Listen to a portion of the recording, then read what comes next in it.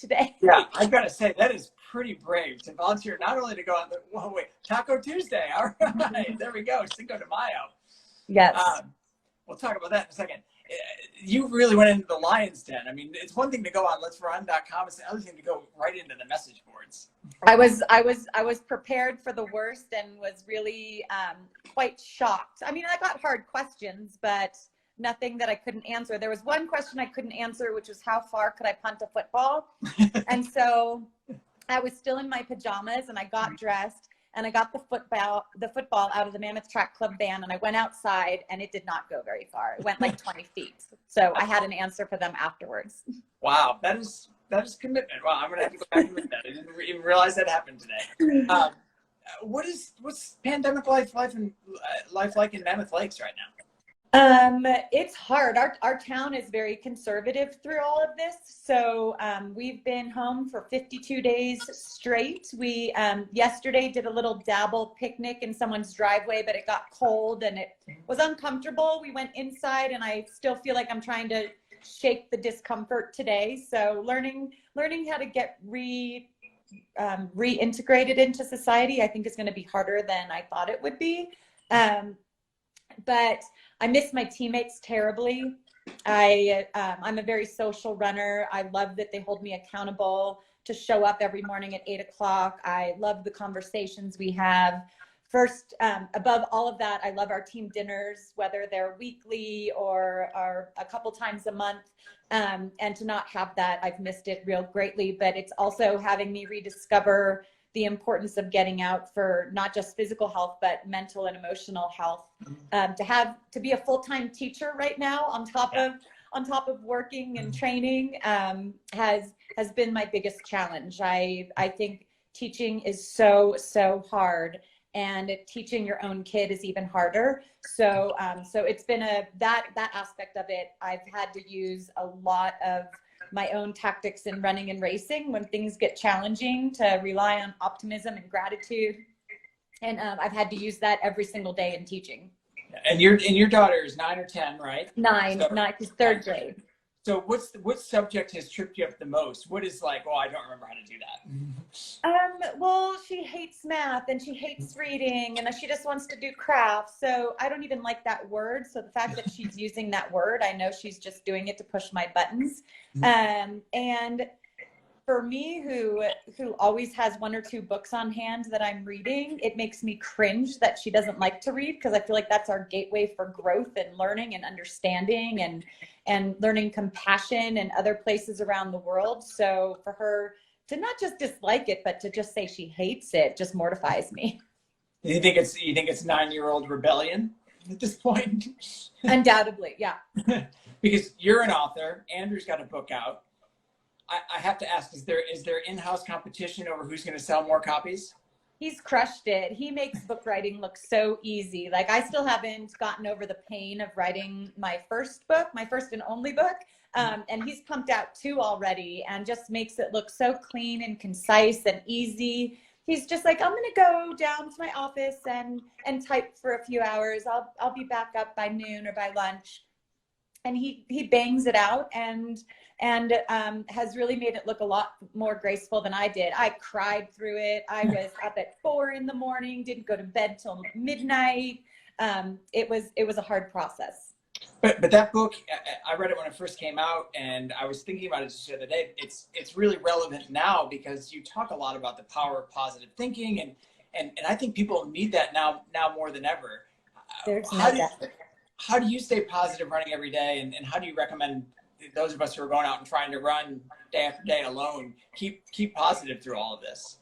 Yeah, I mean, I even thought like, well, if I'm not getting ready for Berlin now, like, why do I even go out the door? Well, it's more important than ever to get out the door for our mental and emotional health, along with our physical health. But even if you're not going to bang out mile repeats or snag a 20-mile long run on a Sunday, make sure you carve out the time, and not just see if it happens, but really carve out the time. It took me a couple weeks into this pandemic to realize that I had to say to Andrew, hey, can you sit with Piper and do this math while I go out and grab some miles? So it's asking for help and making sure that you're getting the support you need to get out there and and put in a run, because it's invaluable. The patience I have when I get in from a run to sit down and work with Piper is it's not even comparable to what I try to accomplish when I'm not getting my run in. So it's really important. And then just to keep things fresh.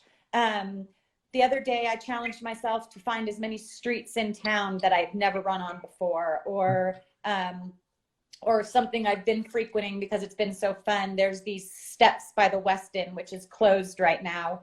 But there's 75 stairs, and I've been running those stairs. I make my way over there, warm up over there, and do 10 times these 75 stairs. And it feels like a bit of an accomplishment in a day that can sometimes feel like a struggle. Are you doing workouts, or is it just mileage right now? No, just miles. I actually have a really hard time doing workouts without my team. I need them to push me. I mean, I am surging delight posts and making fun of my runs, so that they're challenging in a different way, finding every hill nearby and running it as hard as I can. So I'm making it fun and challenging, but not having any constructive workouts. I was training for Berlin last year and broke my ankle 2 weeks before the race, tripping over a dog, having dinner at a campsite. And then so I had it on my schedule for this year, and now I'll be at it for another year, hoping that I can get it in 2021. So I was gonna ask you about that. Take me to that injury, because you've had some injuries in your day, and most of them are running injuries, but this one just seems like a freak accident. What happened? Yeah, I mean, I feel like I'm really good with running injuries, that I kind of back off when something feels abnormal. But the two big ones, which was breaking my foot in the Olympic Games, was actually a vitamin D deficiency, and so learning that my body, with all the skin cancer I've had in the past, I can't get vitamin D through the sun. So I've always worn hats and long sleeves and really high octane sunscreen. I'm staring at it right now because it's right by the door. Really high octane sunscreen. And so I didn't have vitamin D in my body to produce. So it was really focusing on foods that had it. It's unfortunately pickled herring, but it's also dark leafy organic greens, because they have more bioavailability of vitamin D. It's the yolks of farm raised eggs, because they've gotten the sun and have the nutrition and vitamin D within the yolk. So making sure I was maybe eating omelets with some chopped up kale in them, or just really being really creative so that every meal and every snack had vitamin D in it. And between the Olympics, and you're supposed to get vitamin D checked every 6 months. So between the Olympics and 6 months later was actually in the middle of winter. And I was the only person on our team whose vitamin D actually went up in the winter, when typically it gets lower. And that was all through nutrition. So nutrition is critical in our overall health. Right. But it doesn't, all the vitamin D in the world does not stop a loose dog. Yeah. Yeah. And it was actually my friend's dog, and he was on one of those retractable leashes. And I had a bucket of dirty dishes I was putting in the bear locker, and she bolted out in front of me. So I tripped over her leash, and her leash cut my ankle, and I thought it was just an infected cut. But I found out 2 weeks later, in the middle of a long run, when I stopped, Andrew took me to the hospital to get an x-ray, and it was in fact broken all the way through.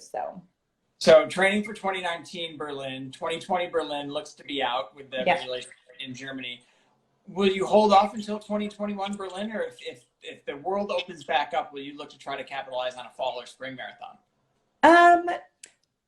I mean, my goal right now, and I find it hard to diverge before accomplishing it, is to get my 6 stars for the Abbott World Marathon Majors. So it's something I've wanted to do. It's a community I love being a part of, like a niche in our community I love being part of, that chase and satisfaction of doing all the World Marathon Majors. So I think I'll just wait to do Berlin again, but I will do other races. I love the races that Chicago puts on, the Shamrock Shuffle. This year, they were supposed to debut a half marathon, and I was going to run that, but it looks like it'll probably be postponed until next year. So I look forward to doing that as well. And you're running great at those distances. I know you got the Masters 8K record last year and have had the half marathon record for a couple of years now. Are you chasing it? And you have the marathon record. Are you chasing that still, or? No, I haven't really been focused on time. I mean, I'm still competitive in practice. I still want to hunt down the girls in front of me and fend off the guys chasing me from behind. So I still have that little angst and spirit in me when I have my shoes on. But I think time doesn't seem, when you get older, time doesn't matter because it can't. Right. But speaking of that, let's talk about the trials in 2020, because you were here in Atlanta for those. I've got a couple of questions, but the first, you mentioned Abdi in your book, your 2004 teammate in Greece. Speaking of age, did you ever anticipate a guy like Abdi making a team in 2020? I cried. It was so amazing. I was so excited for him, and to make 5 Olympic teams, just extraordinary that he is really a championship style runner. He just holds himself up and puts in the training, and he inspired so many people that day. I was super, super stoked for him. We both made our first Olympic team together in 2000, and I remember eating so many meals in the Olympic Village together. In 2004, we were on the Athens team together, and he actually helped carry my the ice chest with all of our ice vests in it to the bus that was going to take us from the Olympic Village out to the town of Marathon, so we could struggle our way back to the city. So he has been a dear friend in the sport. He's come to Mammoth Lakes and trained with me, and mostly Meb. I guess I was behind chasing them, but just really fond memories, a great friend and a great ambassador to the sport to be able to inspire for so many years. The top 3 on the men's side, top 3 on the women's side, such a strong team on both sides this year. But a lot of people have said not the team that we predicted. Would you have predicted those teams on either side? Yeah, I wouldn't have. I think Galen surprised me. I didn't think he was going to be able to pull this off with so many changes in his life and the pressure.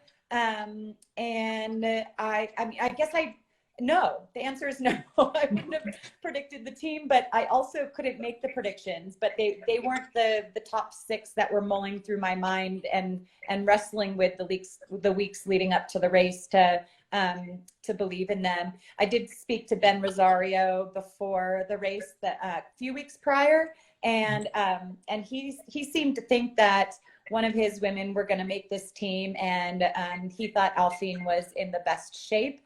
You never know what the day throws, but whenever that Olympic marathon takes place, whatever the date is, we are certainly sending the 6 most capable athletes there to be able to, I think there's multiple things that they not only rose to the occasion of the Olympic trials and the pressure that comes with that, they did it on the most deep field we have ever seen in the Olympic trials, on the hardest course, on a windy, challenging day. So they were able to withstand every challenge. So it makes me know that come Tokyo, they can rise to the competition. They could rise to the occasion, whether when the weather is stressful.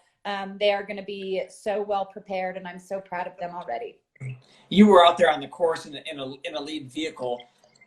What were your impressions of the course and the race itself, and how would you have handled those kind of conditions, both the hills and the wind?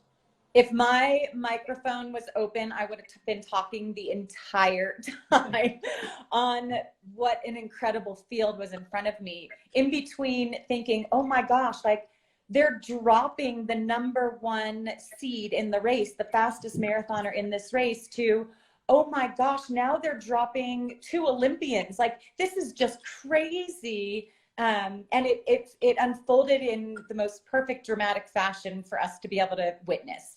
The streets were crazy. I was so amazed at Atlanta coming out in throngs to support them. I loved that we could see the men every now and then, but every one of those inspiring thoughts was jarred with fear that all of my notes, my folder that I had in front of me, that the wind gust would come and flip it off of my lap, and then all of the athletes would be like tripping and hurtling my papers and folder. And I couldn't get that scenario out of my mind. I kept trying to shift my thoughts around, but I was like, oh God, just get a grip on this folder. Do not let this folder inhibit the outcome of this race. You got a great shot of the crowds. Look at the crowds. You've run all the big races in the world. How do those crowds compare? I mean, the support the Atlanta Track Club gave was first class to everybody. To the athletes, they all felt it. To the spectators, getting quite a show. To the expo being involved with the entire event, bringing everybody together, from the people that were running that weekend to the trials that were unfolding. The entire experience is going to be really hard to top. Mm-hmm. Yeah, you talked about the depth of the field, and it was an incredible field, the best I've ever seen. Yet, and women's running in America has really just kind of skyrocketed over the last couple of years. You've had 2 women win world marathon majors since you won in 2006, but no one's come close to 2:19:36. And you've been saying for a long time it's going to happen, but it seems less and less likely. Why is that record so untouchable? See, I don't think it's untouchable. I just, the scenario may not be right. I do believe you have to live and train at altitude to accomplish that, because it's all about the tiny decisions, getting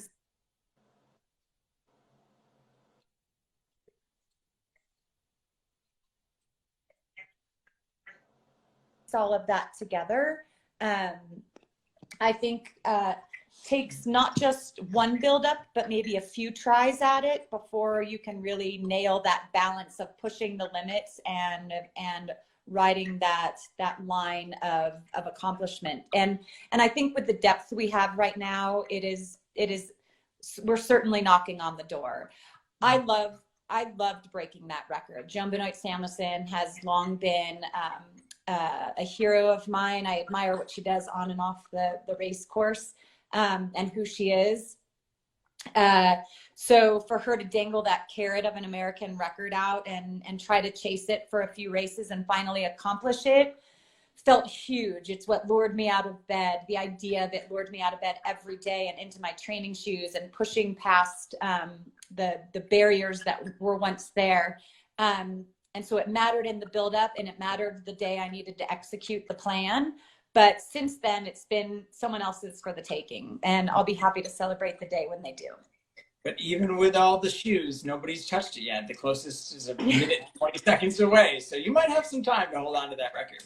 Yeah, the shoe technology is at an interesting time, because it's always been important. We've always had advances in shoes. It just seems now there's the carbon plates that are causing a little bit of of choosing sides, whether it's performance enhancing material or whether it's legitimate. And I think that even with the shoes, or without the shoes, someone would break it. All these great women running right now, is there anybody you particularly like to watch? Anybody whose style really just excites you?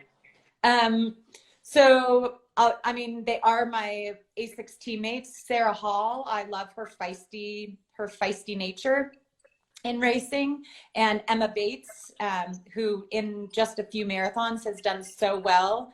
When I was looking at the women in front of me racing at the trials, for a long time, I thought she looked better than anybody. She just looked like so smooth and comfortable. Like, okay, when are we going to pick up the pace, and when are we really going to start racing? And I really predicted halfway through the race that she was going to make that team. She was going to win the race, and if not, make the team. So I think she is certainly one to watch in the future. She has some great years ahead of her. I mean, only two, maybe three marathons under her belt. So I think, yeah. Probably got a ways to go. I want to switch to Taco Tuesday, and I have to ask you, and Cinco de Mayo. I keep forgetting it's Cinco de Mayo. Only in this time would Cinco de Mayo fall on Taco Tuesday in a year that nobody can go out and celebrate. It should be a double celebration inside. That's right. That's right. What makes a good margarita? Is it the salt? I don't think it's the salt. I think it's the citrus. You obviously need good tequila, but I have the one I made has lime and tangerine juice in it. So I love that. I also have an orange liqueur that we got on our last visit to Wine Taste in Paso Robles. There's a place that makes liqueurs out of vines, and they made an orange liqueur that I add to the citrus juice and the tequila, and it's really delicious. So you can't buy the pre-made stuff. You've got to make it on your own, right? Well, no, I mean, I can stoop low. Like yesterday, my dog ate the frozen pizza I had ready to put into the oven for lunch. I was waiting for the oven to preheat, and he ate the whole pizza. And I will tell you, his gas since then has been awful. It's like toxic. And you've got big dogs, right? They're not little poodles. Two mastiffs, and it was the French mastiff, the larger one, that ate it. Oof. Yeah. But you do like to cook, right? Have you been cooking? You found yourself cooking more in these when you're cooped up in the house? I would say the same, but I always cook a lot. I think well, yeah, I guess so, because the exception is we don't go out to eat. We don't even get takeout, because I don't think because I feel like that's interacting with people. If you're getting food that someone else is preparing, right, you're still kind of interacting with them. So so we've been making everything, and it's been fun to experiment with different breads. I probably make bread more now than I used to. I used to make bread maybe once a week, and now I make it maybe 4 times a week. Not just bread, but like fresh pasta, or like if we're going to make Indian food, I'll make fresh naan, because I really try to limit my trips to the grocery store. My record, not that I'm competitive or anything, my record is 10 days without going to the grocery store. Do they have delivery there? No. Yeah. Yeah. I want to ask about running in this time. Do you run with the mask, or are you able to avoid people enough to not have to do that? Yeah, I haven't been running in a mask because we can be pretty remote here, even running from the house. Like if I see someone is coming down the street, I just move to the other side of the street. If someone's out walking their dog or something. So we haven't had to do that. We certainly, if we need to go to the post office or the grocery store, wear masks and gloves. Have you seen any evasive maneuvers out on the run? Like, I'm sure there's a lot of run. Most people in Mammoth Lakes run. When you're coming down the street, somebody's coming one way, you're coming the other. Have you dove into any bushes or? Yeah, I think we have enough space here to forewarn when someone's coming, but it still feels strange, even after almost 2 months of it, to feel like you're trying to avoid people instead of run by and be good, like say good morning. You're like from the other side of the street, hi, or good job. But to treat everyone as if they're sick, and to assume that you are sick also wherever you go, or whoever you're seeing, still feels odd and surreal. And maybe this is just how we're going to feel from here on out. We're going to just have to be more cautious. It's a weird new reality for sure. Now it's rude to get too close, to be too pleasant, and it's odd to think how it's going to come back and what it's going to look like when it comes back. What does racing look like in your mind when we're able to go back out there and stand on the start line? Oh boy, I mean, I hope it's soon. Maybe of being released with 40,000 people or 20,000 people.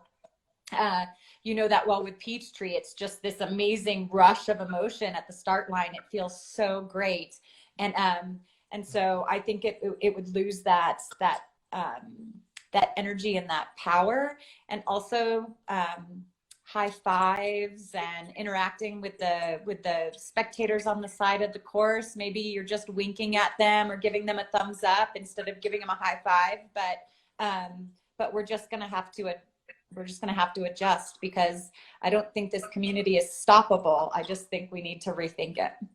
Yeah, it's strange at a time where it feels like more people are running than ever, because it's the best way to get out and get active with all the gyms closed, but there's no races anywhere in sight. Kind of a strange twist. So I hope that these folks get a chance to experience all that, what we've experienced over the years, and feel that joy. Absolutely. I know we've got only a couple minutes left, so I want to ask a couple of quarantine type questions. What's on your playlist right now? What kind of music is keeping you moving through this? Yeah, that's a good question. I guess anything upbeat. My new favorite song is called Crab Rave. Crab Rave? Crab Rave. Crab like Rave. Okay. Little crabs. Right. Okay. Got it. Yeah. And that's the kind of music that really like gets my heart pumping and gets me excited. But I think because running feels more of my like docile time instead of my hyped up time right now, I've been listening to podcasts. Yeah. What podcast do you listen to? Any recommendations? I like Rich Roll. I listen to the New York Times one, The Daily. I just listened to one with Brené Brown that I really liked. So anything uplifting, I think, especially now, to see the importance of focusing on what's good, because we can all complain about certain aspects of our restrictions right now, or you know, there's just stuff that can irritate us or frustrate us or politicize us. And I think the more we can steer our attention to the good in our lives, the better. And so searching for that in podcasts, in a view out the window, in playtime, recess, we call it at our house because it's in between teaching, that those are really, really, it's a really important focus, because the world is going on, good and bad.